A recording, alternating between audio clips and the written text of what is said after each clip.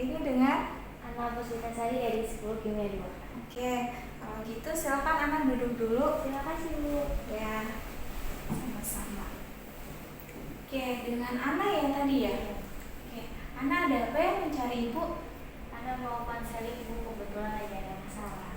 Mau konseling karena ada masalah. Oke, sebelumnya Ana pernah konseling? Belum pernah. Oke, karena Ana belum pernah konseling, di sini Ibu kasih tahu dulu ya, kalau dalam proses konseling ini, jadi Ibu itu hanya membantu, mendampingi Ana untuk mencari solusi atas apa yang terjadi dalam hidup Ana yang nanti akan diceritakan ke Ibu. Kalau untuk keputusannya, endingnya itu tetap Ana sendiri yang menentukan.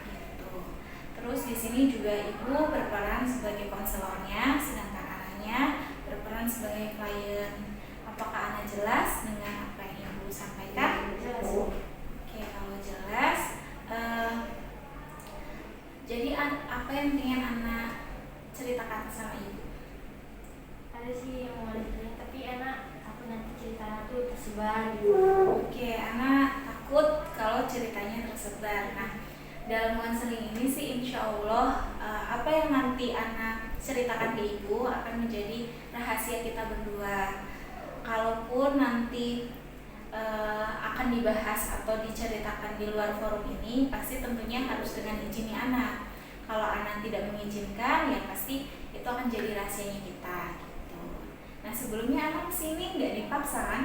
Enggak, emang kebetulan pengen konseling. Oke, pengen konseling. Jadi dari yang Ana bilang barusan, berarti Ana secara sukarela datang ke sininya. Karena Ana secara sukarela, Ibu juga tentunya ingin berharap Ana itu bisa terbuka, menceritakan apa yang terjadi, apa masalah yang Ana hadapi, dan bisa menceritakannya dengan penuh kejujuran kepada Ibu. Apakah Ananya sepakat? Sepakat. Oke, kalau sepakat, jadi ada apa ya sama anak sampai mau ketemu Ibu? Jadi Ana tuh habis dimarahin kemarin sama orang tua Ana. Gara-gara Ana ketahuan bolos. Oke. Bener-bener ya dimarahin sama mama, sama bapak. Ya Ana jawab jujur aja, Ana bolos ya karena Ana nggak suka gitu sama salah satu guru yang ada di situ dulu. Oke. Jadi Ana itu udah berapa kali bolosnya? 3 kali. Udah 3 kali bolos.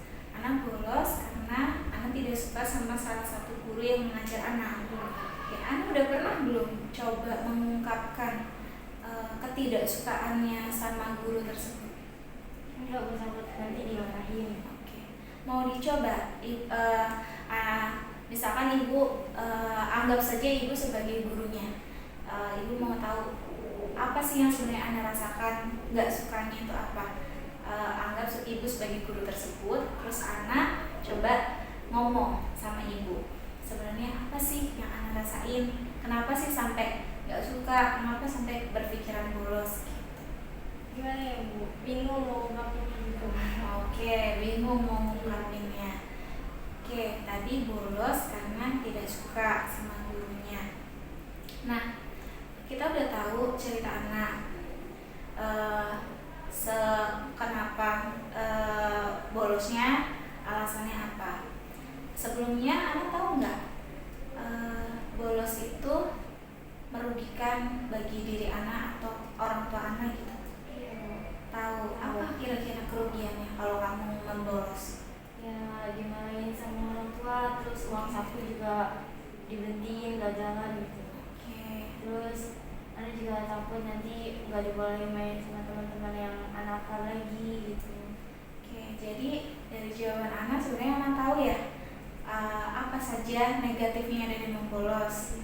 Tapi Ana tetap melakukan membolos tadi. Kira-kira kenapa? Kan Ana secara sadar udah tahu nih, oh membolos tuh nggak baik. Saya pasti dimarahin, bisa dihukum, bisa nggak boleh main sama teman-temannya. Terus kenapa kok Ana tetap membolos? Ya gak suka aja ditegur sama gurunya, terkadang masuk kelas gitu cuman ya suruh nyatet, terus ngejelasinnya juga itu suruh nyatet, suruh nugas. Terus pas kayak anak murid ini nanya ya Bu ya, nanya kayak Bu soal ini gak ngerti atau enggak pelajaran ini gak ngerti, itu gurunya itu bukan dijelasin tapi malah kayak yo dia belajarnya sendiri aja, mana sih yang gak paham, masa dari kemarinnya gak paham terus. Nah terus itu tuh kayak gurunya juga suka meminta-minta anak gitu, ya anak gak suka sama guru itu, sama kayak gitu. Oke, jadi berdasarkan yang diceritain, Ibu sudah mulai menangkap nih apa alasannya, kenapa nggak sukanya. Tapi kita fokusnya adalah ke kebiasaan anak ya. Iya. Kebiasaan anak membolos tadi yang sudah 3 kali itu. Kira-kira setelah cerita ini, anak tetap mau membolos lagi atau enggak? Sebenarnya sih enggak mau bolos lagi. Enggak mau bolos lagi karena ya takut dimarahin takut sama tadi ya. Oke. Jadi Ibu sebenarnya sudah paham sih perasaan takutnya anak. Ibu juga prihatin ya. Nggak perlu terlalu takut banget sih. Segala yang terjadi peristiwa kemarin cukup jadikan kenangan, cukup jadikan pelajaran. Dan kalau memang anak sudah tidak mau untuk melakukan itu lagi, ya minimal berjanji sama diri anak bahwa saya berjanji tidak akan membolos lagi. Nah sekarang Ibu nanya dulu, kira-kira apa yang bisa anak lakukan untuk supaya anak tidak membolos lagi seperti kemarin?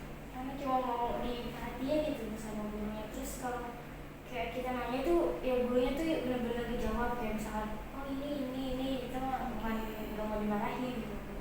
Oke, jadi sebenarnya anak itu membolos karena sebenarnya ingin diperhatikan sama guru tersebut, ingin supaya gurunya tahu mungkin ya bahwa oh nih anak-anaknya, siswanya itu ingin diperhatikan supaya tidak cuma ngajarnya mungkin mencatat tugas gitu ya.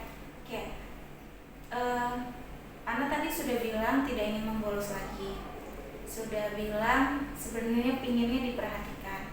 Nah, anak sendiri ada pikiran nggak gimana sih caranya supaya tidak membolos lagi tapi juga bisa diperhatikan sama gurunya? Nggak tahu caranya. Oke. Udah pernah berkomunikasi sama si gurunya? Ya paling cuman nanya terus gimana ya, harus itu nggak pernah. Oke, nggak pernah mau ngomong juga. Iya. Nggak istilahnya ngomong ke gurunya gitu, Bu, sebenarnya ini yang saya rasakan. Enggak. Oke, ya jadi di sini Ibu sudah menangkap bahwa alasannya apa membolos itu. Kamu juga sudah sadar membolos itu kerugiannya apa, tidak bolehnya apa. Mungkin di sini Ibu cuma bisa memberikan arahan, memberikan nasihat kepada anak.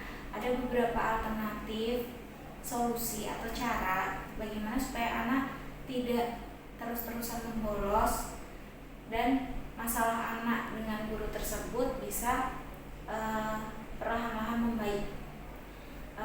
Yang pertama mungkin anak bisa bergaul dengan teman-teman yang mengarah ke kebaikan. Pastikan anak membolos itu nggak cuma anak sendiri kan, ada beberapa teman. Nah, cari teman-teman yang kira-kira bisa mengajak anak ke kebaikan, menerima anak apa adanya.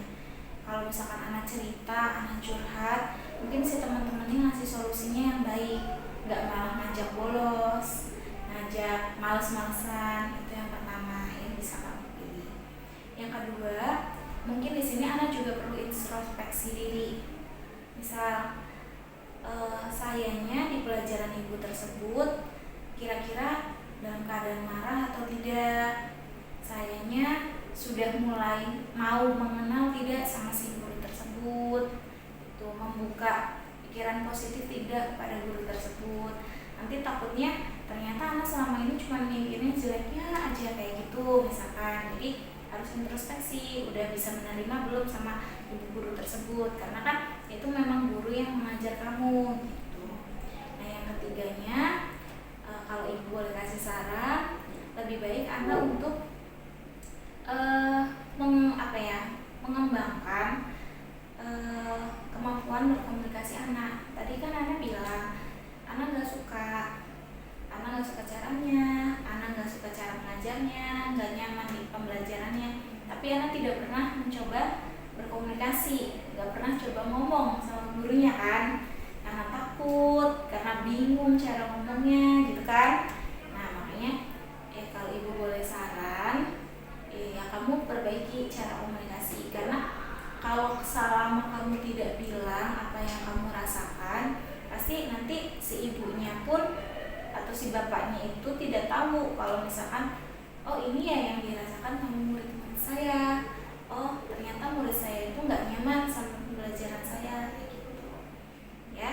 Itu ada 3 alternatif yang bisa anak pilih. Kira-kira anak setelah ini mau melakukan yang mana? Ya nanti coba berkomunikasi sama gurunya, terus ya udah nggak urus-urusan lagi biar nggak dimarahin sama mama juga.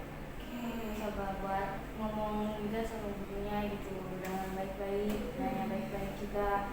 Terus nggak usah mikir ke negatifan guru-guru, jadi mikirnya ya positif aja, siapa tahu baik. Nanti anak coba. Ya nanti anak coba ya. Oke, dari sini kan kita sudah dari tadi ngobrol, berarti kan sudah ada nih kesimpulannya ya, ibu mempertegas lagi apa yang kita obrolin tadi ya. Jadi anak tadi datang itu dengan masalah bahwa anak habis bolos, dimarahin sama orang tua, terus anak punya ketakutan dan ternyata bolosnya karena anak tidak nyaman sama si guru yang mengajar di pelajaran itu. Nah terus tadi setelah ibu memberi saran, anak sudah akan mencoba saran untuk coba berkomunikasi, cara untuk coba ngomong ke gurunya supaya anak juga berpikirnya coba diubah yang positif aja, coba menerima gitu kan tadi. Nah ya ibu berharap sih apa yang kita obrolin hari ini itu bisa ada manfaatnya buat anak juga ya, biar anak tidak perlu takut lagi gitu, masalah anak juga bisa selesai. Ibu juga ya mendoakan sih supaya setelah konseling ini hubungan antara anak sama si guru tersebut bisa membaik. Anak pingin kayak gitu nggak? Pengen. Nah, pinginnya seperti apa hubungannya jadinya? Pengen. Kelasnya gitu. Iya, terus pengennya kelasnya yang nggak ada kayak cerita guru-guru yang negatif gitu. Pengennya ya nggak ada renggang-renggang sama guru gitu, pengen nyaman. Gak ada yang ngomongin guru ini itu jadi pengen nyaman aja gitu, pengen diperhatiin juga. Ya tadi juga sudah berjanji ya tidak mengulas lagi ya. Kalau kayak gitu ibu rasa sih konseling kita udah cukup ya, karena udah ada endingnya, udah ada keputusannya, anak sudah tahu harus berbuat apa setelah ini.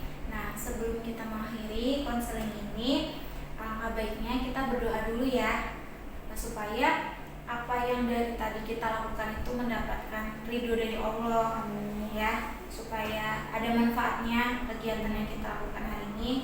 Oke, ibu pimpin doanya, berdoa dimulai. Oke, berdoa selesai. Terima kasih Ana sudah konseling kepada ibu.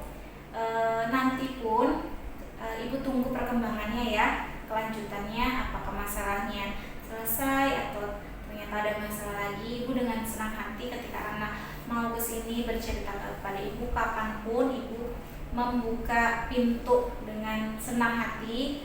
Jadi silahkan curhat saja, nggak apa-apa, cerita saja gitu.